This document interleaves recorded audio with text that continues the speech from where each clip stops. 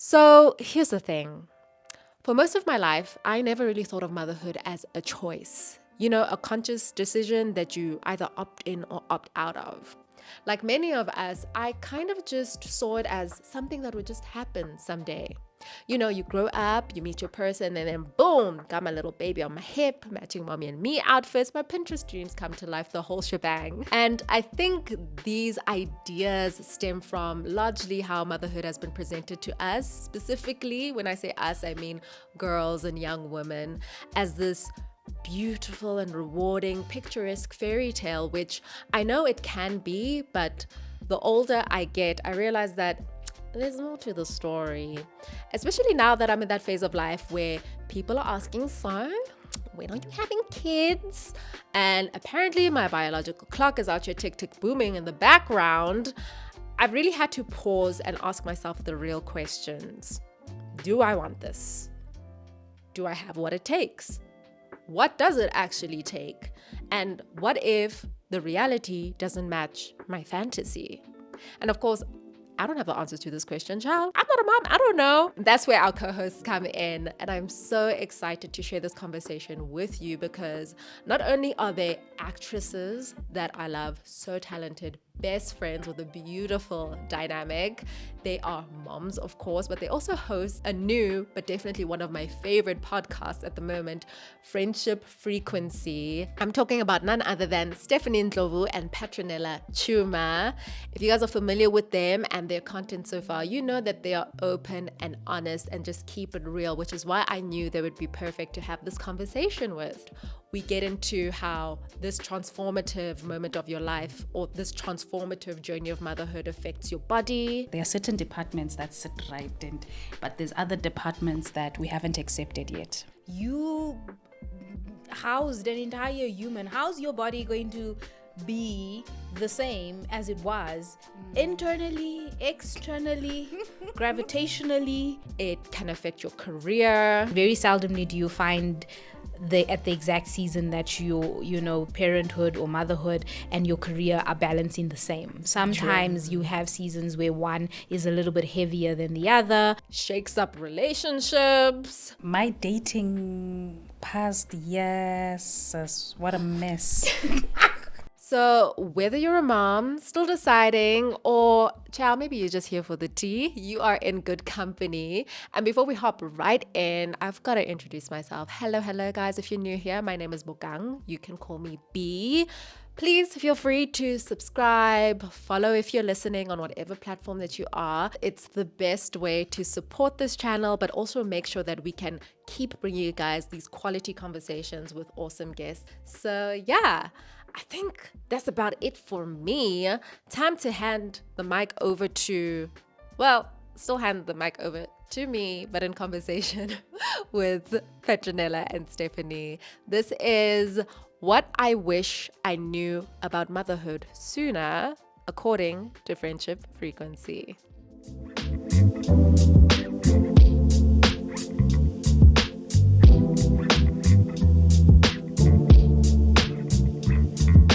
Friendship Frequency, welcome to According to B. Hey, thank you for having us. I have to say I'm excited. This is your first podcast interview conversation as Friendship Frequency. I'm so gagged because we are so obsessed. We've been watching all your episodes. I mean, even before we reached out. So yeah, it's really nice to finally see you guys in the flesh and not on screen. Well, thank you for having us. Thank you. Right? Yeah. And we're excited. Like you said, it's our first Friendship Frequency kind of thing. So, or interview it's an interview. It is an interview because there's going to be questions. Don't worry, there's going to be questions. Yeah, I mean, before we hop onto things, just regarding Friendship Frequency, you guys are both actresses. You're both in the industry. Steph, I know you've been doing the content thing on Ndlovu's Uncut for a while now. And Pat, you've just ventured into this. What kind of inspired you guys to start this? And you're like, actually, we're going to team up and we're going to have these conversations. I knew you were going to do that. You know what? I knew you always going to. You are not about to look at me for all these answers. I will answer it. Thank you. Go for it. So, 4 years ago, I think it was 4 years ago, Steph came to me with the idea of us doing a cooking, like it was wine and dine, I think, while she's cooking because she can cook and I'm sipping wine. I'm drinking for the both of us. And I wasn't ready at the time. I didn't feel ready to do it. I don't think I was in the right headspace and stuff. And then we've been having conversations regarding this. And so I think last year, we actually were like, Yeah, so we were initially going to have like cooking conversations because essentially we just talk a lot. This is where it stemmed from. Like we talk a lot. Friends talk a lot, but we take it to another level. we do? Let's not expose ourselves. So we talk a lot, but we also I think we also realize that, you know what, sometimes it's nice to bring other people into the conversations because sometimes people see us as actors or content creators and they have a certain image of us. And we just wanted to be able to share our stories. These are just some of our stories, right? And have other ladies know that sometimes an image looks a certain type of way, but we also have struggles and challenges and victories and all those kinds of things that we, wanted to share with others in an encouraging way as well. And so, but I think, she's right. 3 years ago, I was like, let me cook.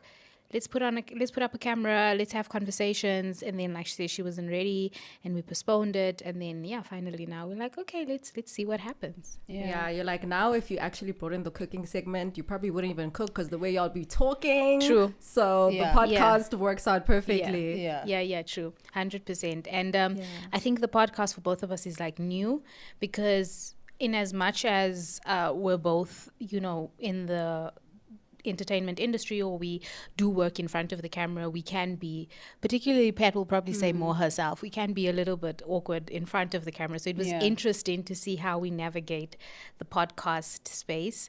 But it's been good so far. Yeah. No, it's very natural and seamless, but I also love how open you guys are and vulnerable. Like you said, as people might recognize you as actresses, it humanizes you. Yeah, And exactly. not only that, but like we can also see ourselves in the things that you guys share. Yeah, right. And that's why I'm like, oh my gosh. I always talk to my friends and joke about like how you can have a parasocial relationship with people. Yeah. And I'm like, no, I actually feel like I'm friends with the girls. Okay. And it's the power and the beauty of just showing up, sharing your story and like being brave enough to speak about those things out loud. Yeah. And you can see it in 100%. your comment section as well. Yeah. And I think that was one of the things we wanted, right? Yeah, a lot of people have been saying they feel like they're part of the chomies and stuff. Definitely. I'm like, wow. Yeah. They feel like our last TikTok. Yeah. Someone was like, I think we were. It was last week Sunday, and we were cooking and everything and making coffee. And someone was like, it feels like I can come and make coffee and pull up a chair and all of that. And I think that's the vibe. I think that's what we want. We actually just wanted. For people to feel. Yeah, 100%. Yeah. So, I mean, before we tap into the actual, episode itself, the topic of the episode, we have a little segment called 10 out of 10 recommend, where we just get to know what you guys are enjoying at the moment, and I mentioned the outfits, so we're going to get into them and stuff. But first category, since you guys are actors in the industry, it's only fitting that we start with TV and film. What are you guys loving, either at the moment, just in general? What are you recommending to the girls? Or maybe even like what you're like, I do not recommend that. Then you can give it a rating of, do not recommend. Steph recommended a series to me that I finished watching, I think in a day, on Netflix called Adolescence. Yeah. It was really good. That's the one Tsogetso was telling me Yeah, about. so it's really good. Okay. The camera. Yeah. Wow. Cinematography. Because I heard like a lot of the scenes are just one take. Yes. And Wow. the child, apparently he's not a trained actor or something like that, but brilliant performance. And you must know it's been a while since I've recommended anything other than a K-drama because Girl, what? Your K-dramas in the house? I'm deep within my Korean people. She like is. they Because listen, yours they are K-dramas so over Yeah. they're over me because they Petronella, don't you're not in K-dramas? no Not yet. Girl. not like yet. they don't support me, to be honest. Honestly. And when I say they, I mean like my three best friends. Neither one of them want to watch K-dramas, and so Don't want. We just haven't. I've What's been that? asking. What's that one? Tangerines. I want to watch that Tangerines. Oh, the ones. new one that just came out. I haven't forgot what it's called, but No, you know what it is, ne? Guys, I can't.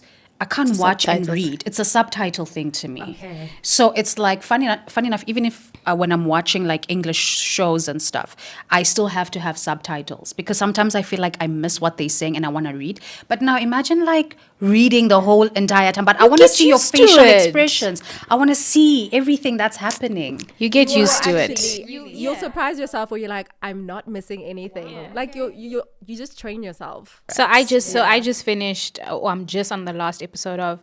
Is it Reply 1988, which is like a very nostalgic. A lot of people recommended it for a while, but I just never watched it. And then prior to that, just a whole long list of K-drama binging.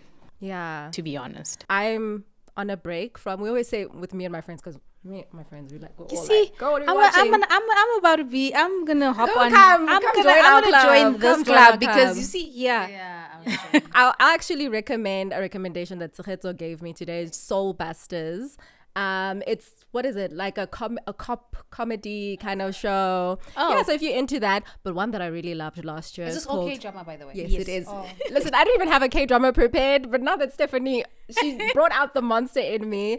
But I don't know if you've seen Mr. Plankton. I did see Mr. Plankton. Loved that Loved so it too. much from just cinema, acting, storyline point of view. But there's also light ones. It's Stephanie. Please. I'll give it a chance. I've got, and you can just tell me what your poison is. If you want the revenge one, I've got those ones. If you want the romantic ones, I've got you. If you want the airy, flary, kind of not too hectic ones, I've got you. If you want the deep ones, they've got for everything and for all. Okay. Continuing on to beauty and fashion, what are your recommendations? Beauty and fashion. Less is more.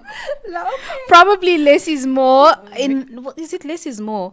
I think we're not. Well done, friend. Thank you, my friend. Well done. No, we're probably not the best when it comes to beauty and fashion. Yeah. To be very I beg to honest. differ, looking at the outfits, I know though. today's outfit contradicts. What was saying, but really, It's a special occasion. it's a special occasion, Yes. and we were like, we said, Pat said, Steph, can we please not go in our casual looking, don't care pajama relaxed. outfit? Can we just make like a bit of an effort? Can we Yeah. put some makeup on first of all? Can we have some color? Can we have some color? I was like, oh, fine. I mean, okay, What's but leather skirt? yeah, so Love it. Yeah, lal. That's the frequency right there. Comfortability. Yeah, So Love Steph that, and yeah. I all day, every day are probably in track pants. yeah, we're probably very we're always comfortable. So I don't know what trends there are Makeup, even. makeup. Actually, I'm addicted to clicks and Discam and things. Even like yesterday, I was at Essence. Like I don't need anything. Yeah. But I'll be there going. I like cute things, but I'm not a makeup girly in the sense like I don't even know how to put on makeup. But I just like cute things. Yeah. So also with makeup and fashion, simple is key. Comfort. No, honestly, I'm the same. Like this is the most effort I've ever said. This is so much. I love work, that like but, that. I really do. Thank you. Where did I get it? It's either Essence, but I did get it at Discam, or LA Girl, one of those. Yeah, I love it. But in terms of fashion, like that's why I'm like, this is my dream style, and I love always like an oversized denim jacket. Yeah. So I was like, if you guys can leave me just a couple of items Yes. when you go, Yes. I would appreciate. All right, and then our last recommendation category is wellness. Do you guys have any practices or any tips for your own wellness, health, personal care? Miss Hiker, go. Stephanie? What's that one? What else? Stephanie's do you the do? That girl. thingy, cross fitness. Ooh, CrossFit child. No, so I I do high rocks or CrossFit is what I used to do. It's now high rocks, which has a little bit of cardio. But actually, I've been doing more hiking. That's why she's knocking my leg here. And initially, it started as a way to just like de-stress and sort of just be there in the mountains. And then it very quickly became addictive. And now I think a bit more on the seriousness of hiking. But I've been enjoying it. It's a beautiful. It's not even just for wellness. Yes, you do get the wellness part mentally and physically, but it's also just nice to sometimes, because most of the hiking trails you don't have network, and I do multi-day hikes, so I'm there in the mountains for 3 days. I just come from one actually, like last week on Saturday, yeah. I was in Mahuba's Kloof. We're there for like 3 days. You make a fire, you bath, Sleep in tents. well, they have huts, and then some of the hikes have tents, but you're in a sleeping bag. You wash in there in the river. Like, you know, Yeah. it's an experience, but it's Yeah. also nice to get away from the just busyness of city life and stuff. So for me, probably right now, hiking, but I would recommend, even if you're not gonna hike, I'll always recommend like just do something, move your body in some way, like go for a walk, you know. Yeah, switch off sometimes from social media and all that stuff and just give yourself some time away from all the noise. 100%. Pet, do you have? I have nothing. I am in my lazy girl era, guys. Rest. There we go. Yo, Taking I it don't even easy. know what gym is, but I've been saying because I have FOMO. Like when I see these pictures, when Steph, I'm like, I wanna come. She goes, go for a walk first, Yeah. and then we can think. Yeah, because I'm not about to have you pass out on 10 hours of walking because now, you know, she's supposed to Yeah. join, but yeah. I'll join one day. But Soon. I wanna get back into fitness. Just Yeah. skipping, lunges nyana. Something, even just in the house, just to You're get like, and I've started. got weights. I've got everything at home. Yeah. I've got training stuff. I've got mats and things. But no, I'm like, I'll see you tomorrow. You're like, one day, me and you. Yeah. Okay. Yeah, I'm a hiker as well. I've never done multi-day hiking or even 10 hours. I would die, Stephanie. So I feel like you're on the extreme level. But you and my mom, because my mom and I, we love to like go hiking together at different spots. Now that I'm also in Joburg, like I'm just kind of trying to see all the different hiking places. So I know the Wilds is one, which is in the city, but it's like all this nature. And it's so nice to kind of just be disconnected and like just be, I don't know, just expose yourself to the healing aspects of nature as well. But I always just say, walk, guys. If you can, go outside and just take a walk for yourself. It'll do wonders for your mental health. For me, it's just like so calming, No, so freeing. 100%. Yeah. Yeah, if gym is not your thing, just like go outside, go for a walk, take trails, you know, just, there are other ways to stay mentally and physically healthy. No, 100%. All right, guys, thank you so much for the Rex. Me and the girls are very appreciative. But now on to today's conversation about all things motherhood. Okay, you guys are moms. If you could just give context to, you know, how many kids you have, okay, and your kids' names. Let's start there. Patty? I have two boys. My firstborn is 16 and my second is 6. And firstborn is Sipo and my second one is Tamaku. You're a boy mom. Boy mom. Oh, She's through the and through. perfect boy mom. Like, Is it? yeah, I mean, we always used to joke and say, or she would say, I don't know what am I going to do if I have a daughter, because first of all, I don't know what I'm doing with their hair. Yeah. She's such a typical boy mom. Yeah. But I have a daughter, Rulani. She's turning 3 soon. And that's one. One. We are there for now or Thank for you. good, Or for or we'll good, see what God see, says. But as it stands, we are 100% the one and done. As it stands, because she keeps telling me, stop saying that. Stop saying you only have one kid.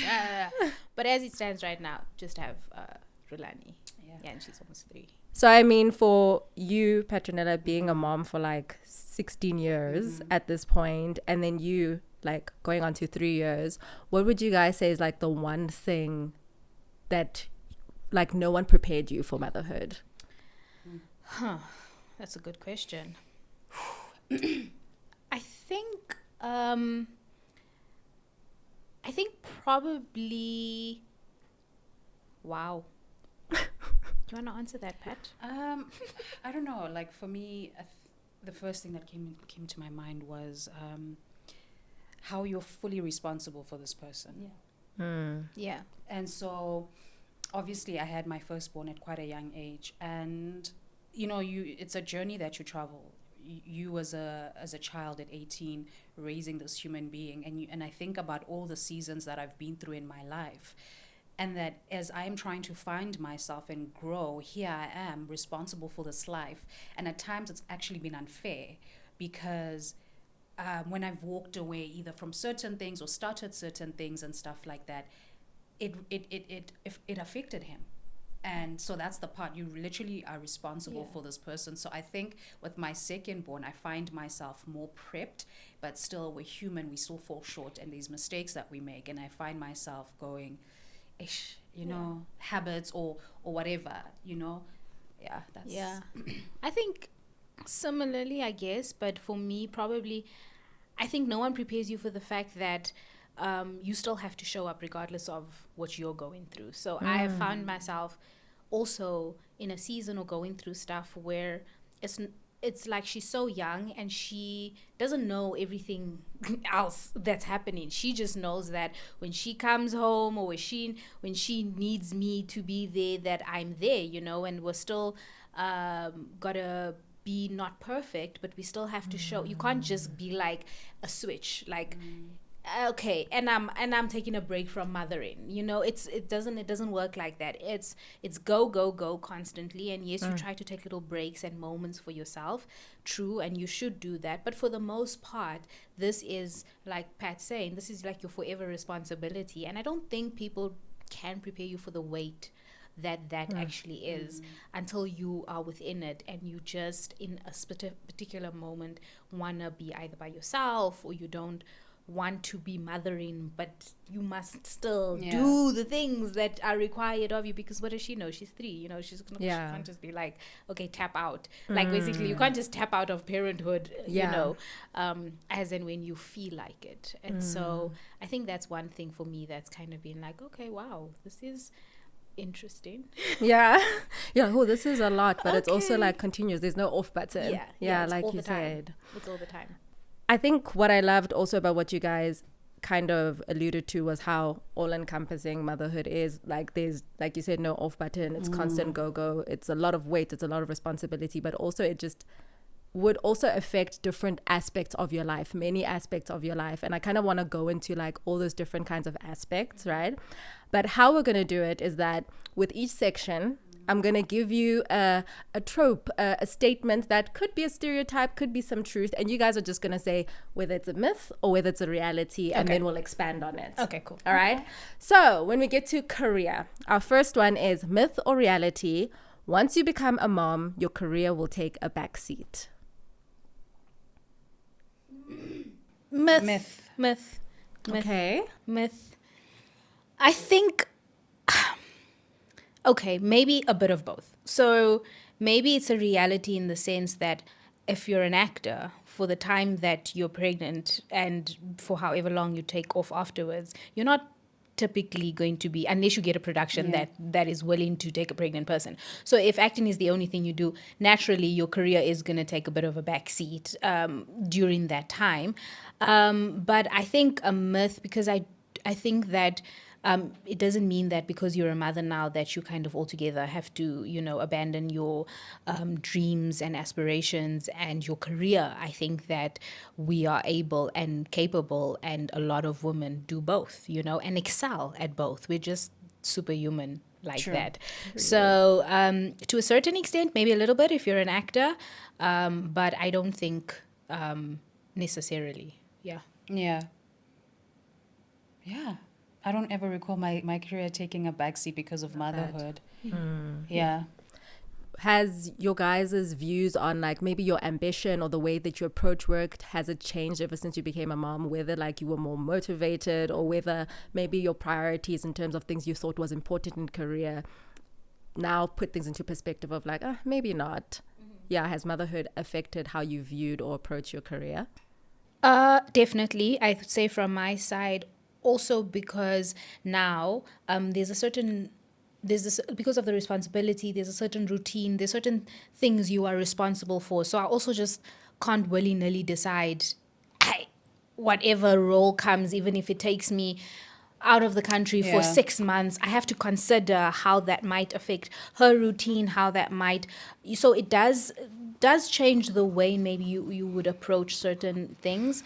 I think for me personally, knowing that I have someone looking up to me in the way that she does play in the back of my mind a little bit with what I am willing to put out there, because we know everything stays forever. And so I'm a lot more mindful and conscious of, I guess, I'm not just living for myself. And I obviously don't want to ever portray a perfect kind of facade to my daughter, but I would want to be a lot more intentional about how I do things, because inevitably that may or may not affect her in a way. So I guess, yeah, it does change a little bit how I approach things or how I consider things, or maybe a little less freedom as when I didn't have her. I mean, anything, if you told me now that we're going wherever, I'd be like, yeah, cool, let's go. Yeah. Now I gotta be like, yo, okay, how are we gonna work this scheduling? How's this gonna happen? Do we have night shoots? Is there someone available to help with, like, school, blah, blah, blah, blah. Then her dad's also an actor, so we have to navigate it a little bit with a little bit more intentionality, I think. Yeah. She's like, Yeah. you took the words right No, out of because my we were mouth. having a conversation not too long ago about going overseas and traveling and all of that. And the biggest thing was the kids. And my firstborn, I mean, he's in grade 11. He's fine. He can go to boarding. So it was my youngest. And what did I say to you a couple of days ago? Something that I said. And there's something, I was like, with my son, there's a work that God is doing and has given me that responsibility for that, which surpasses even my dreams of even going overseas. So yeah. Yeah. Just, yeah. We had this wild idea. We were like, we need a break. Let's backpack through Europe for, what did we say? Like A month. Yeah. And then we literally were brought back down to reality, and we said, so what's happening with the kids in that month again? Are they coming with us? Yeah. Are we leaving? Where are they staying? Yeah. How does this affect, like... We're very hands-on, actually. Yeah. How do you guys, as, moms, but also working women, create balance? Is balance even something that one should strive for? I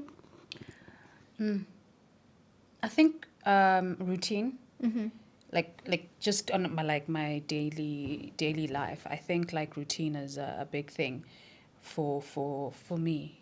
Kids wake up at a certain time, get ready for school, take to school, all of that stuff. Come back this time, lunch this time, dinner this time. I think really the advice I really give a lot of like new moms is routine. It helps a lot even when your kids are like older, because when they go down to sleep, let's say at 8 o'clock or whatever time that is, that's my time to then go, whew, so routine.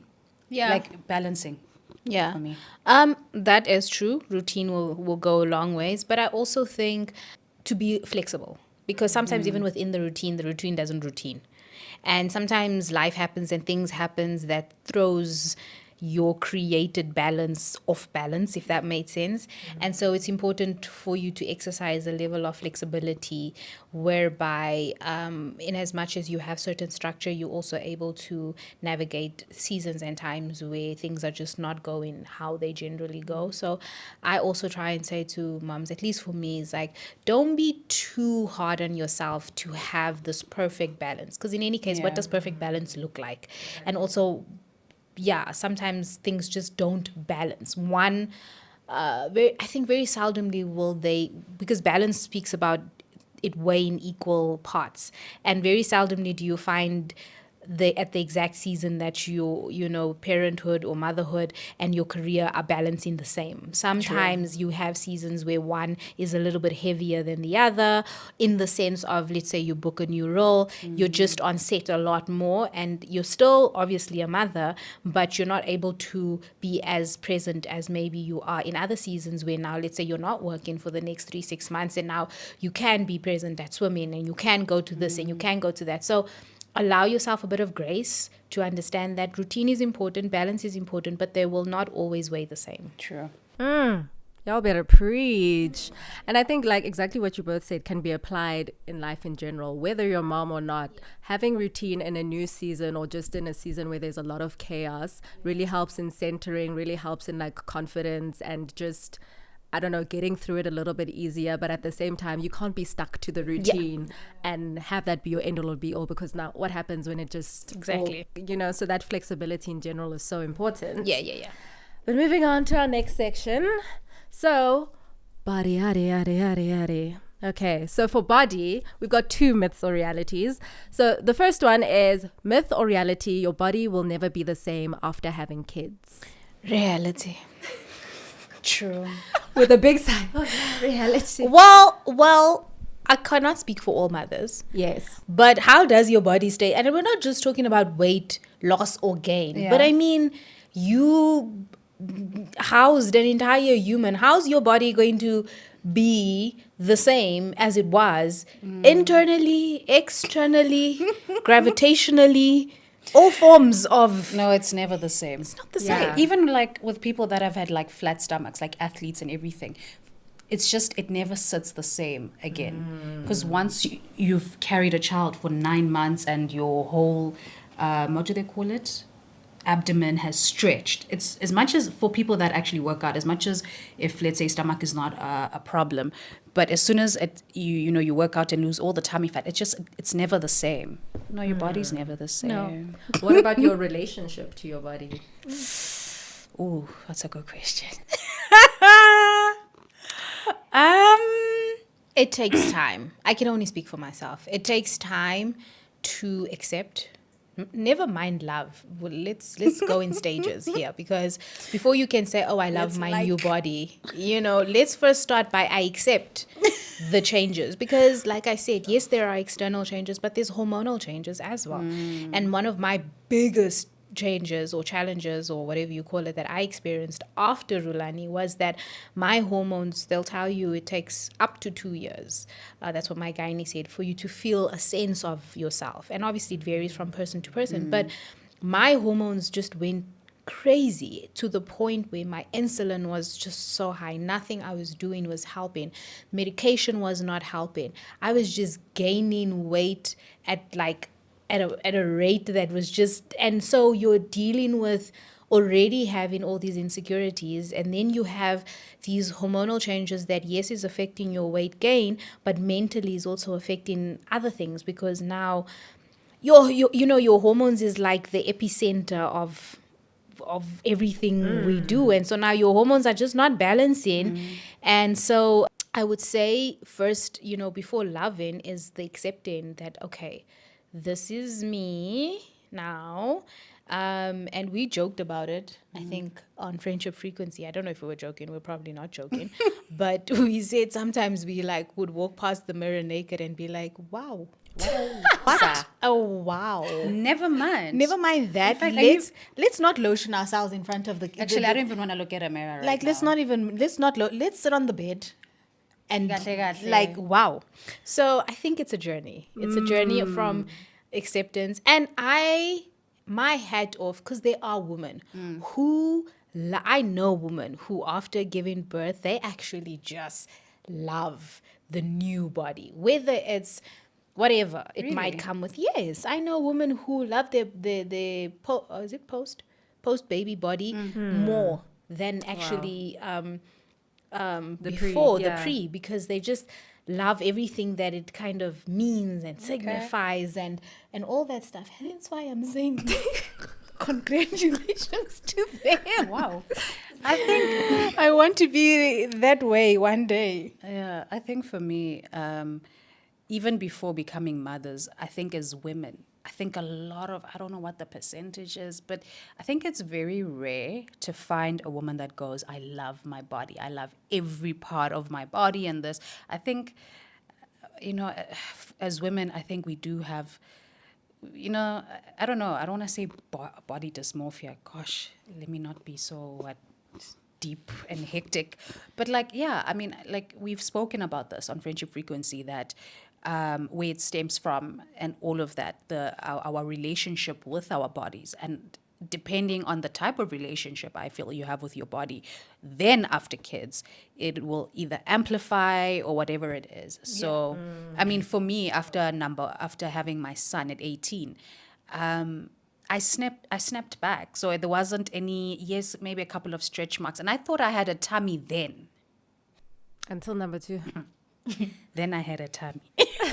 And, people will look at me like, you don't have a tummy. No, I have a tummy and stuff. So, yeah. It's a journey. It's a journey. It's a journey. Have you ever felt the pressure to snap back, or maybe gotten some unsolicited comments about your body, post baby body? Yeah. Especially, sorry, because I just remembered you guys are like public figures. So I'd imagine even being on camera, like that heightened even more. I went back to Rhythm City after 4 months. And this is, after 4 months of giving birth.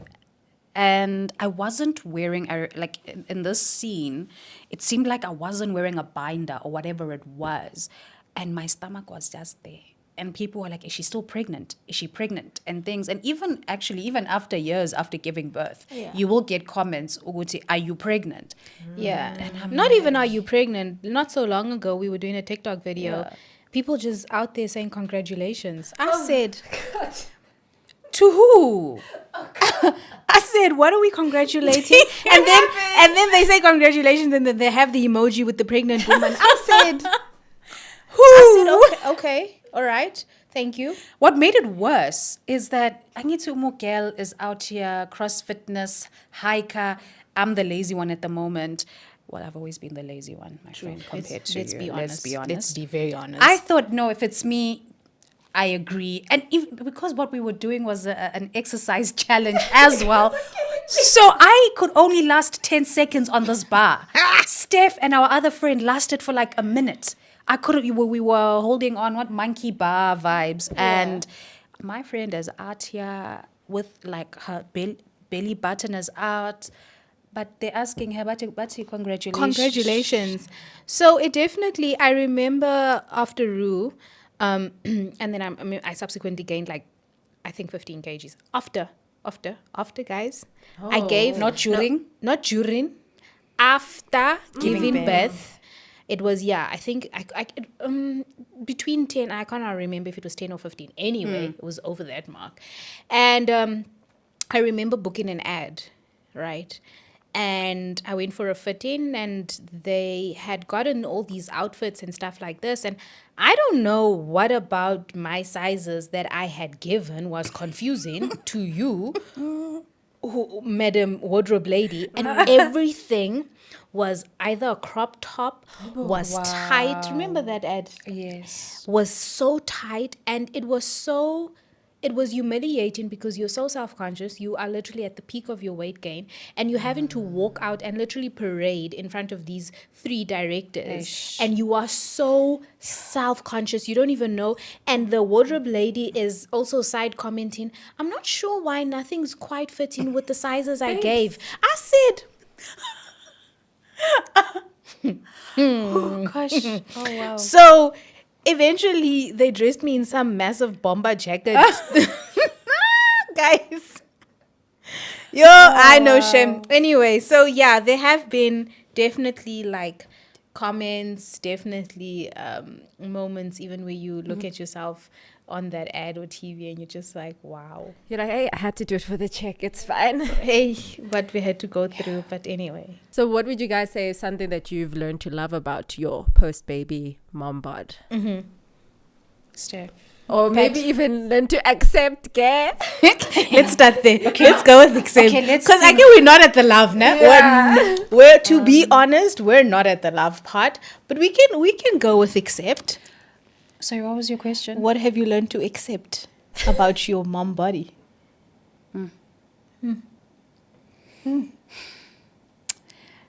I've accepted that, I never used to have cushion behind me. And then when I do gain, I didn't realize, I don't know, all of a sudden... But you like that. The cushions grow as well. Yeah. And things. And I say, wow, there are certain departments that sit right. But there's other departments that we haven't accepted yet. But the one you accepted is the weight gain in your Have bum. I accepted anything? Be honest. Do you know, I think what makes it worse? Okay, I don't think I've accepted any. I don't know if I've accepted anything. But I do... besides just the kids, I will be honest, I love it when I'm healthy, when I'm working out, whether it's walking, going to the gym. I love what it does for my body. I just haven't accepted my stomach yet. And it's not like, oh, it's bad and all of that. It's just, I'm not comfortable with it. So I'm learning to accept my stomach, and everything else comes with working out. And I love when I work out. I don't know what I'm saying. No, but you're making perfect sense. You see, this is why. Stephanie. Don't let her laugh. Stephanie. Petronella. Non Carry on. please. Go. What about you, Steph? No, shame, nothing. Okay. You haven't accepted anything? What have I accepted? The weight loss? Is that accepting? No, like the change. So the changes that happened, right? With the ones that inevitably are going to be there, probably indefinitely. I.e., my boobs ain't never going to look like my boobs looked. Okay. Have I accepted it? No. No. Okay. Right? The weight gain was not as a necessarily a result of having Rue. That was a hormonal thing. And yes, I have lost weight, and I'm happy that I've lost weight. Don't get me wrong. I'm way more comfortable than what I was. But if we're talking about permanent changes that happen, like for example, stretch marks, have I accepted those things? No. No. So no, I've not. In fact, I'm still waiting for someone to do. I'm joking. I was gonna say I'm still waiting for someone to do something about my boobs, but no, I haven't accepted it yet. I'm being honest. I've not accepted 3 years later, and I still haven't accepted the more permanent physical changes.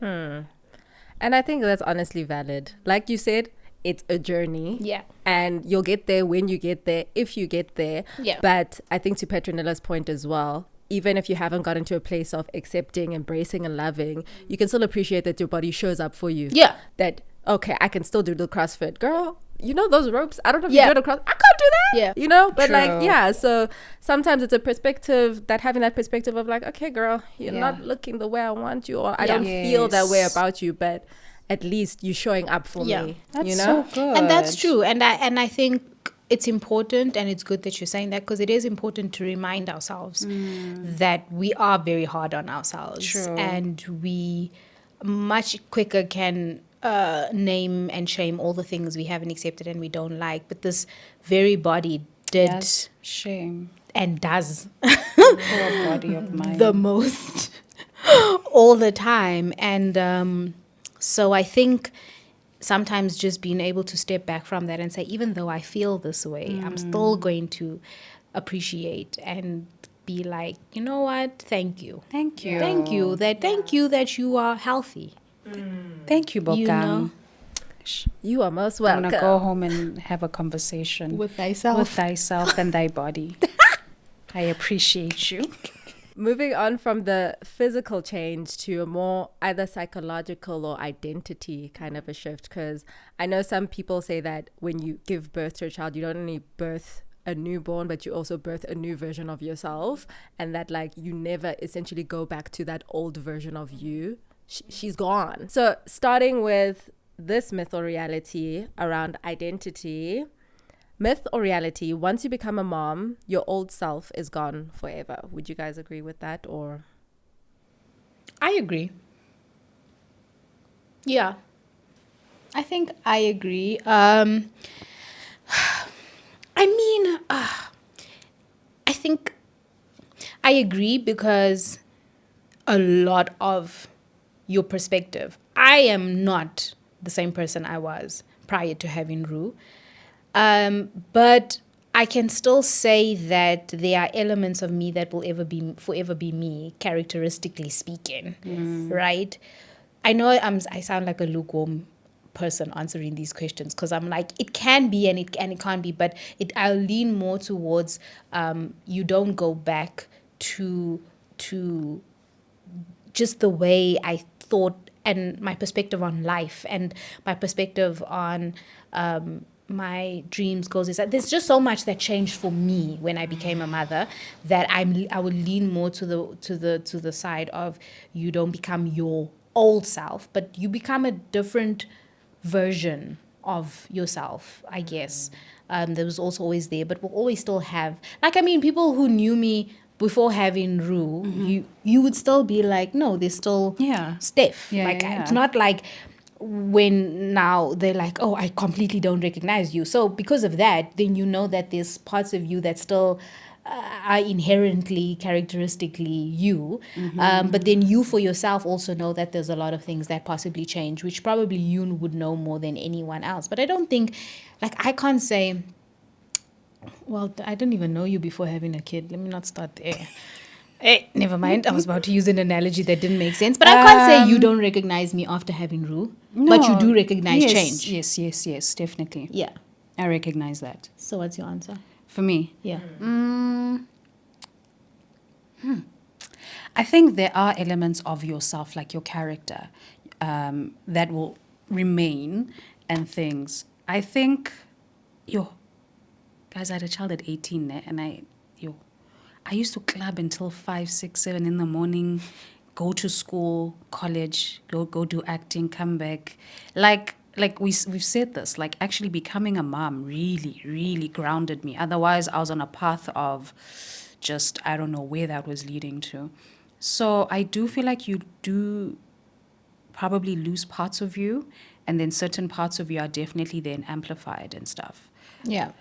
Yeah. Kind of bit of both, probably. Yeah. Do you guys feel as though, or have you experienced maybe a mourning of that? Of like, okay, I can never go back to maybe that. I don't know if clubbing is even something you would miss, but maybe the freedoms that you, or maybe not having to consider someone else before you make decisions. There's just aspects of your life that you just can't go back to. Have you experienced, or do you think there is like a grieving process that you have to go for in order to fully just step into this new version of you?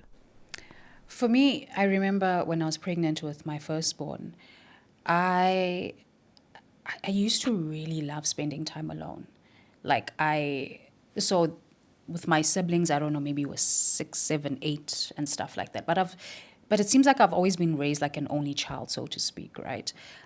For a certain period. So I used to love being alone. So I'd play like ambivert. I'll spend time, like even now, there's times where I have time for people. But for the most part, I really just love being alone in my own, like, whatever it is. And so I remember looking at my stomach when I was pregnant, and I was like, I'm never going to be alone again. Like, I'm never going to be able to just shut the door and we'll call it today just Netflix or whatever it is that I was doing. I'm never going to have me and stuff. And so that I had to mourn. And then obviously when this new human being comes into the world, you're like, actually, I can't live without you and all of that. But up until now, if I'm being honest, I do love times where my kids get to go away and like, whoo, even if it's for the weekend. And ngaleso skhathi, you're also going, are they okay? Like, motherhood is a scam, I'm telling you, because you're out here like you're wanting these kids to go, but at the same time, have they eaten? Have they this? Have they that? It's like, Yeah. God, no. You don't switch off.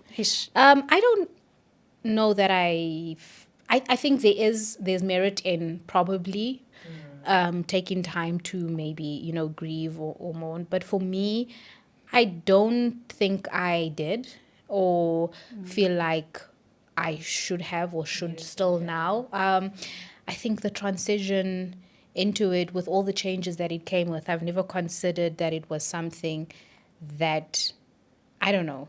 I don't think that it was something that I've ever grieved like that. Maybe because I had a kid, relatively speaking, maybe a little bit later. I wouldn't say old, but I'd say a little bit later. So I had ample time for all of that freedom. And worse for me, because I wanted a kid at 21, first of all. So I was but 11 years late in my own mind and timetable of things. So by the time I had Rue, I was like, I'm so good with all of that. But I do think, probably speaking to Pat's point, like I do sometimes think to myself, those days where I could just vegetate for the entire day and not worry about who's eating, who's whatever's happening. And you do get pockets of that, of course. The dads are present. Let's not lie. Like, we don't have help. We do. But for the most part, even when they're not there, you're just always thinking about them. So there's that. Do you know what I mean? You can be like, okay, it's your time to de-stress, you have a week away, but you wake up and you like, the first thing I think about is like, did she have breakfast? Did she finish her breakfast? Okay, how's she feeling today? Like, you just have them there in your mind all the time, you know, all the time. What's a part of this like post baby mother version of yourself that you've met that's actually maybe surprised you, or like that's added to you, you know? Because I think there was in an episode that you guys did together, you were speaking towards like the growth that you've seen, and you were like, the things that I've been through, I never would have thought I would have survived that. So I just want to know a bit more about like, you know, how much you've met yourself and you've really surprised and seen like, wow, I've really gained this aspect of myself. Wow. Yeah. I think resilience, is that the word? How resilient we or I am. And I like this version of myself that is so much stronger, in inverted commas, but able to get up one foot in front of the other. Of course, I've said many times that I know that it's by God's grace, but I also know that Rulani has something to do with it, because I'm like, yes, I can pause and take a break. I can take a few steps back. I can rest, but I don't stop, as in I don't give up. And I don't give up for myself 100%, but I also don't give up because of her. And so I love this version of myself that is able to put one foot in front of the other despite everything else that's happening. And I think sometimes as society we shy away from saying things like, I'm doing it because of my child. We've kind of gotten into this whole thing like, no, you shouldn't, like, you know, you must do it only for yourself. But I also think it's okay to make certain decisions and to continue to push forward and persevere for your kids. I think that there is merit in that. I don't think we should be shy, embarrassed to say that we are doing something because of them or for them. That's our parents did and made many sacrifices for us, you know. And so I think that there's power. Now, I'm not saying you should neglect yourself in the process, but I love the version of myself, to answer your question, that just after Rue is just so much more, like resilient, like, you know, like a rock star. Like, you know, I like that I'm just able to pick myself up, wipe my tears away, have a breakdown, complete breakdown, and then go, cool, what's for dinner? What are we cooking? And get in the kitchen and start, you know what I mean? And start supper, and be like, cool, had my moment, feeling good, or not so great, but let's move forward. So, yeah. So we've been doing this for 17 years this year. Sure. So let's think about that. I think for me, remember I mentioned earlier on that I was very much like quote unquote free spirit, did whatever, clubbed until whatever time, going to class and all of that. I think for me, more than anything, God knew I needed to be anchored. So first and foremost, I give a lot of credit to my firstborn, actually, because having a child at 18, starting your career and all of that, what happened for me is the grounding, being anchored and focus. I think that's what. So I used to have ambition. The drive was always self, right? But I think the drive then became, now I've got someone depending on me and I want to make them proud. And how do I make them proud is following my dreams, not because I had a child at 18 now, you know, and follow the stigma and everything. So for me, it was, and yesterday, I don't know, we were praying and stuff. And one of the aunties who's visiting said to me, you know, like, she was just praying and thanking God for me and saying how strong I am. I think sometimes we forget what people see, you know, and stuff. Despite what we might be going through, it's like you don't even see, because now it just becomes autopilot. So the strength that we carry, I'm even unaware of that. Yeah. Wow, beautiful. I want to speak now towards the role of motherhood, like the acts and the responsibilities and stuff like that. So going into the myth or reality on this one is moms naturally become the default parent even in two-parent households. Reality. the default parent or the like primary parent. primary parent? Okay. Yeah. What did you say? I said, yeah. Would you like to expand? Yeah, I think naturally so. I mean, if you think about it, like even, as mothers carrying our children for 9 months. So we have this prepping we're already doing. For a father, I think the prepping is slightly different, right? So carrying a child for 9 months, there's just something that happens, right? There's this... So there are things that are built and that happen to us when we are pregnant for 9 months, right? When this child comes out, our instincts, when this child cries and all of that, I feel like for myself, I feel like I probably became more hands-on and stuff with both of my kids, clearly. And their needs and all of that, yeah. I would say yes, but I'm speaking like from probably my own experience, but not just my experience looking at my mom, my grandmother, like that way. But the only reason I was pausing was because I actually do know a few households where it is actually flipped. The reverse. Where it actually Lovely. became the reverse thing because the mom became a lot more career focused and it wasn't working for them both to be that way. And so the default primary parent became the dad. But I think if we're speaking in a general sense, I would say, yeah, probably, yes.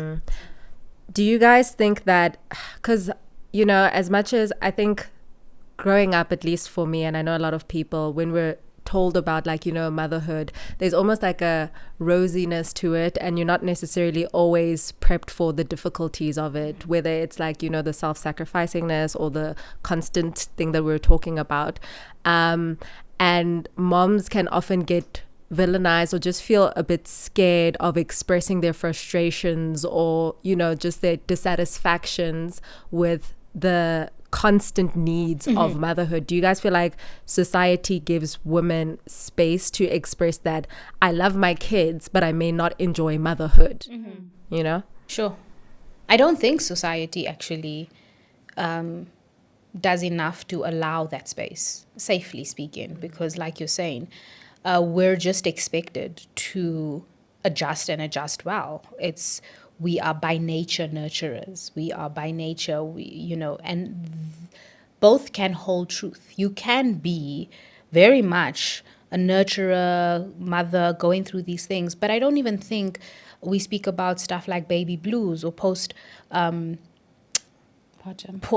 depression, like really to the fullness of, I know 2 people in my life that had postpartum depression, and it was like, it was kind of frowned upon a little bit, like what's wrong with you kind of a thing, or pull yourself together, and I do think that we should do better to create better spaces and safe spaces where women can say, yes, I love my child, yes, this is not a question of me loving my child or not loving my child, but I'm really struggling with adjusting to motherhood and the constant demand and the constant need for me to be present. And these changes are tough.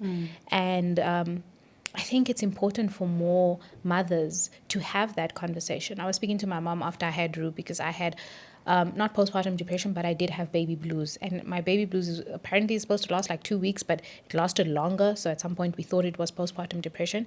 And I would just like get into a shower and bawl my eyes out. Ask me why I'm crying. I have no idea.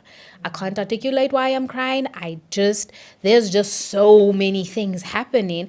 And then my mom, we were one day having a conversation. Rue was still quite young. And I was explaining to her baby blues versus postpartum depression and with the feelings and all this kind of stuff. And then she like had this light bulb moment. She's like, I think I had postpartum depression with you and your brother, but we didn't have the terminology for it because it was like you were expected to just be fine and be happy and be like so full of like, oh, my child kind of thingy. And that's not the case for every woman. I know some women even experience this thing where they get, I don't know what's it called, but where they just don't even, they're overtouched. I don't know what. Oh, like, okay. so, with your baby, you're like constantly, especially when they're Yes. young, we're constantly here. And then there's something that happens where they just feel like they don't want to be anymore like touched even by their child, or like I can't recall what I was reading an article about it. Anyway, there's all these things we don't even know exist that women sort of go through, and I really don't. My heart breaks for women who feel like they're very alone in that space, because society is kind of like, what's your deal? When are you going to get over it? Like, when are you going to be fine? You know? Yeah. No, I do agree. I think I love being a mom, but motherhood is hard. I will be honest. Yeah. We'll leave it at that. Motherhood is hard. No, I agree. And I think I ask these questions, like I said in the beginning, I think a lot of women will suffer silently because they just don't have the space to actually be like, this is hard, this is a lot, especially if you don't have the community, if you maybe don't have that constant partner, if you don't have friends that are understanding, if you don't have parents or family that can support you and help you raise this child, everything is on you. So, and then you have your own added guilt and that mom guilt and judging yourself when you just can't show up. And it's actually okay to admit that this is hard, or some days I don't like this, or it's not fair. It's 100%. Not your fault, or there's nothing wrong with that. And we're hard on ourselves regarding that. Actually, the mom guilt is it's big. If I'm not spending enough time with you, if I'm busy with that, it's like there are so many cups to fill and things, and I know the whole saying of you have to fill your cup first, but like, what does that even look like? And then you're having, you've got kids that are like waiting for you to pour into them, and it's like So our last section is on relationships. All right, so the myth or reality here, and I guess you guys will both come from different perspectives, is kids will fix your relationship. What a myth. What a myth. You see, what a wow. I don't even have to be gray and say possibly, no, they will not. Like, imagine. Like, yes. No, don't do that to yourself. Wow. Kids will show. Will reveal even more of whatever the issues were that you were trying to fix using the kid. And also, it's not fair. Why are you doing that? Come now. Because now the child already comes into the world with unintentional pressure to fix something that was never there. They wrote, fix what must be fixed. And then, no, don't have a kid to fix. It's not going to make nobody stay. It's not going to make nobody, let's not even, like, it's not going to fix nothing. Him, her, it's not fixing anything. Yeah. Right? So, no, myth. Yeah. Pass. It's just amplifying what's already there. Steph, for you, I suppose you'll speak about in a marriage context. And then Pat, maybe like in a relationship context when it applies. But had the transition into parenthood, how had that affected, or had it at all changed your relationship dynamic? And can you talk to us about like how maybe it has improved it, and then maybe how, some parts became challenging and how you guys kind of worked through that? Yeah, I think at the beginning, definitely trying to still find time or be intentional about paying attention to each other when you're new parents and it's your first kid and you have this routine. Very automatically or easily, everything becomes about her, and you kind of start neglecting one another, and you kind of got to check in now because you're just so like wanting to get it right. You're really just trying to keep this child alive. First of all, that's what we were doing. We were like, we just trying to make sure that we're doing our best, and so subsequently we neglected quality time, and also just being in a relationship at the beginning. But I think later on, when you sort of now get into the routine of doing things, it definitely has the potential to strengthen your partnership because you're experiencing things simultaneously together, you're learning together, you're growing together. If it's, your first kid, both of your first kid together, these new experiences you're experiencing together. And so it definitely, yes, has the potential to thinking you apart, but also definitely in our case, I think it made our partnership a lot stronger because it was just like, okay, we became better communicators because of Rue, because we needed to communicate better so that we can articulate not just our feelings and stuff like that, but anything concerning her as well. And so communication improved and the partnership improved. And so I think at the beginning, it was difficult to navigate in terms of still dating or being like, and not just everything being about her and her coming first all the time and then neglecting other parts of your life and relationship. But then later on, like now, we have a very good, parenting. Yeah. System you guys have found your rhythm as well. And partnership. Yeah. Where she's concerned. Yeah. Petronella, actually, what I want to ask is from the perspective of dating as a single mom. I don't even know if you're actively dating or if that's something that... Okay, we the same then. Okay. I heard the word active. Are you actively dating? Wow, what is that? But like, what's been a lesson or, just something that you've learned in your journey as dating as a single mom, whether it's a boundary you had to implement or whether it's something of like, hey man, I actually need to be open to it. What's just something that you can share about dating as a single mom? Right. Oh, gosh. I was telling Steph the other day, we're letting all of you and viewers into our discussions. I said, what a wow. My dating past, yes, what a mess. What a wow. Anyways, okay. Okay, dating. I'm not dating. I'm not actively dating. Before having my second born with Usipo and stuff, because they're 10 years apart, I was very careful in who I brought around him. So my son, I don't reveal things like that to my son. Whether I'm actively dating, going on a date, or maybe there's mang, I don't quickly introduce people to my kids. So that's a boundary we don't cross. But I don't know what happened. Something happened to me. I don't know. Something hit me over the head when I was 27. Soma got into a relationship after 6 months, and Soma planned a child and a human being. I don't know. I don't know what was in the air during 2017. But yeah, that was introduced very quickly. So that's my Tamaku's dad. I haven't been with anybody like dating. I haven't dated in a long time, in a while. And so I don't know. And when the time comes for me to date, it is my sons will come first because I'm the first woman in their life. And I think for me, it's very important for me how I show up, how I carry myself and their version of what it means, to be a woman. And, the whole stereotype, I've spoken about this on social media before, like two kids, two different dads, that really hit me hard and things like that. And, having to then explain that to my sons and all of that. So dating,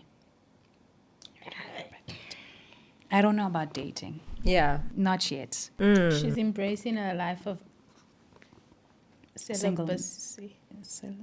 Single. No. Friendship frequency. Maybe as a direct result of singleness. It's like, I get because they schooled us on the comments. What abstinence? Abstinence versus celibacy. Oh, is it? Yeah, in the comments there's a difference. Celibacy is lifetime. So hence I was joking. Oh. Saying you've committed to celibacy. No.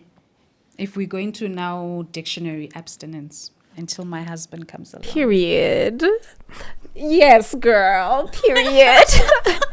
My last question on this one is, has your ideas of romance changed since having kids?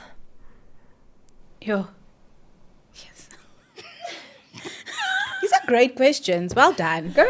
These are good questions I'm glad. to Thank you. process and marinate. I would say, I don't know if my idea of romance has changed after having Rue as much as it's changed in just growing up, like age. We don't have, So I don't know which one it is, right? Because my idea of romance in my 20s versus what I find romantic in your now. mid-30s. Like what, by the way? Our worlds apart. Because, no, I in my 20s, I was watching way too much film. And, I also had that weird fairy tale, tick boxes. And now, I never in my 20s would I have said that, oh, what I would find romantic is if you wash the dishes or if you, did acts of service or if the way in which you honored or respected or now the traits and the qualities and the things that filter into romance are so much more than a candlelit dinner and a fancy holiday. Though those are great. Don't get me wrong. Hey, let's do the candlelit dinner. Let's have the surprise dates. Let's travel. But I think in my 20s, that was almost what I boxed romance as.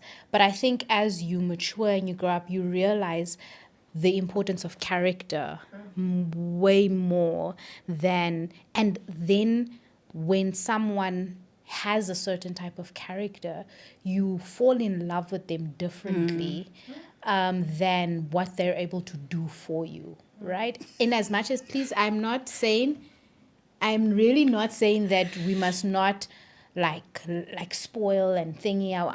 That's not what I'm saying. We all love those things. But now you start to look at relationship differently and you're like, cool, we all have evolving personalities, but character is what carries substance and character is what's going to carry your relationship forward. And now you want someone who's able to communicate their feelings. You want someone who's able to sit down and have a conversation about what's bothering them and how we can together navigate the space that you're finding. Even if we don't agree, that's okay. But how do we respectfully still find each other in our disagreement? Do you see, your whole conversation? Then in my 20s, I was just like, I want to feel butterflies. I want to be swept off my feet. I want to just be so. And again, those things can still happen. I'm not saying that one has to be without the other, but my idea of romance, love, is that it's different. It's definitely changed. But I can't say that it's because of becoming a mom per se. I would say just kind of has changed with growth and with age. And we still love those things. Listen, we still love the surprises and the flowers and the wining and the dining and the holidays and being swept off our feet. Please don't now neglect that altogether. Yeah. It's your character. But it's your character now. We're saying, was speaking about the other day again. You see how much we talk. Yes. This is why we have a podcast. This is why. Hours. And I was saying, it's it doesn't matter how good looking you are, but if your character stinks, I'm ngzonyanyega, so to speak. I'm not even gonna see what's here. Are you kind? Are you generous? How do you treat people and stuff like that? So to us at our old age, that's what matters. You're old. We're not old. We're not old. We're young. No, I think that is what matters. But again, the other things are still there. I mean, especially if you're single, right? You still want to be attracted to the person. So don't, for sure. And everyone has different, I'm talking physical attraction. So we're not trying to be like Saint Mang Mang and say, oh, looks don't matter and you don't need to feel any kind of things. But just saying later on, the priorities. Yeah. If you had a list or a tick box, whatever you call it, perfect man now versus then. Yeah. And not just perfect man, romance, etc., etc., etc. How you show up. Hey, man, if you show up like the way you must show up, I'm swept off my feet. If you stick to your word and you do what you said you were gonna do, I'm like, whoo, I'm getting all kinds of feelings. You know what I mean? So I'm just saying, like, I'm gonna be like, Yes. oh, okay, thank you. Alrighty. Wow, all right. Thank you. But now you're hot, you're cute, you're everything, but you're mean. You're mean. You don't have respect. You don't show up. You lie. Not a man of your word. You just Ew. okay. Ooh. Don't read your Bible. Anyways, carry on. Period. Emphasis on that one. In closing, guys, our last question is, what's one piece of advice you'd give to women who are unsure of whether they want to have kids or be a mother, go into that? What would you say to them? It's okay. It's okay to be unsure, first of all, because you don't have to feel like something's wrong with you if you're not sure whether or not you want to have kids at all, or at this season, or at another season. It's also okay to change your mind. It's also okay to say, in one season I do want kids, and in another season, actually I think there are women who don't want to have kids and are quite comfortable with not having kids. And I really think that I want to say to you, that's fine. You know, if you have peace about that, there's nothing broken in you. And you are not less of a woman, and you are not incomplete if you decide not to, right? So I would say, but whatever choice you make, let it be a decision that you have thought through, I would say prayed about, I would say like that you have carefully considered it for yourself and not necessarily for everyone else. That's now if you're single. And then in a situation where you're married, obviously that's a different ballgame altogether, because then that is now a union and a partnership. That, yes, you are carrying the kid, but it's both. I think maybe I'm old school in that regard, but I do believe that the husband does have a say. I know sometimes women are like, my body, my decision, right to my own body, you don't get a say. I disagree with that in the setting of like being married. I think that he does have a say, and I think a conversation should be had. But also, if you're not married yet, please be like speak about these things ahead of time. Don't go off assumptions that you think he may know or doesn't know. Like, be on the same page with certain things before that. But my biggest thing would be like, it's okay.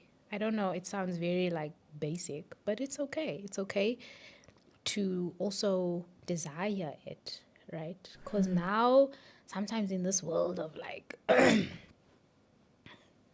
whatever that you want to take that as, you can also now be on the flip side of like really wanting a family and kids and whatever, and people kind of looking down on you and be like, why is that the be all and end all of your life? Why do you feel like that completes you?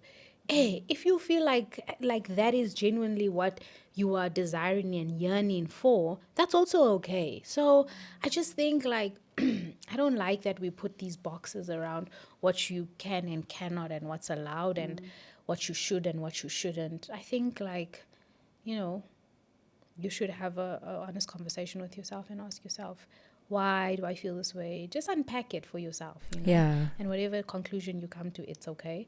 But it's also okay to change your mind. Love that. Petronella? I would say that one, like for example, where does it stem from? My advice would be unpack that, because a lot of people have reasons why. Sometimes there's a lot there, and it's not because of, just they woke up one day and they just don't feel like having kids. Something has happened. To those that something has happened to, I would say, what is that? And if you know what it is, I would say,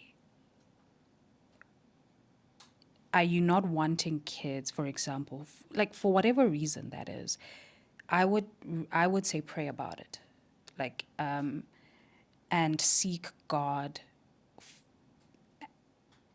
and ask Him, are those the plans that He has for you?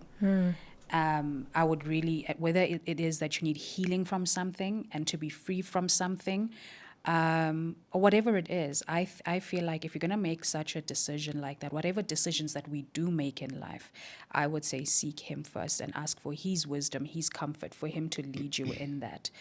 And whatever revelation that he gives you, and then it's up to you, to be obedient to that. Oh, thank you so much, ladies. Yeah, life-changing conversations. Imagine having these conversations every day. So with each other. So you're like, But yeah, no, I'm just so grateful that you guys were able to come and like just share in such an open, honest, vulnerable way. And like, again, a lot of these questions, most of them were for me. I absolutely love and appreciate like just your last things of, it's okay, but also like look into the root of that and also pray, like, is it God's will for you to be a mother? And if not, because, as I say in the Bible, Paul said some people are just meant to be single, but I think both of those are so sound, and I appreciate you guys coming through. So if you can just tell the people where they can find you, you can look towards this camera here. They want a little bit more of the girls. Well, you can catch our podcast, Friendship Frequency, which is on the Ndlovu's Uncut YouTube channel and streaming platforms, Spotify and iTunes. I am Miss_Sandows on Instagram, TikTok. What is the TikTok? I think it's the same. No. Official Stephanie Ndlovu on TikTok, and then Stephanie Ndlovu on Facebook. Oh, and then Friendship.frequency on Instagram. Hi, my name is Petronella Tshuma, and my handles are Petronella Tshuma on Instagram and TikTok. Fabulous. Thank you so much, ladies. Thank you for having us. Thank you so much. My goodness, guys, if I could not love them more. My heart is just so full after that conversation. It felt so lovely to be in the room and to talk and to just be talking to Steph and Pat and like just, hear their experiences. They definitely, I won't say changed my mind, but they definitely opened up my eyes to so many things. And it's a lot for me to consider. I'd love to hear from you guys if you guys maybe had a similar experience, if you guys are moms or parents rather. Share your experiences and your thoughts in the comments. If not, let me know what this conversation did for you. Did it, maybe also make you reconsider some things? Did it make you go 10 toes down into your decision? Like we said, whatever you decide, it's up to you. We're not here to tell you how to live your life. We're just here to offer perspective so you can make more informed decisions about what a good life and what your best life feels like to you, whether that is with motherhood or whether it's without. There's no right answer. There's only the answer that is yours. So make sure to, if you want to keep connected, to follow us on all the socials at the @BWord_ZA on the social platforms. Always doing behind the scenes content. So if you just want that extra stuff of what happens beyond the podcast conversation, that's where you're going to get the inside scoop. Otherwise, I'll see you in the next one, girlies. Okay, bye.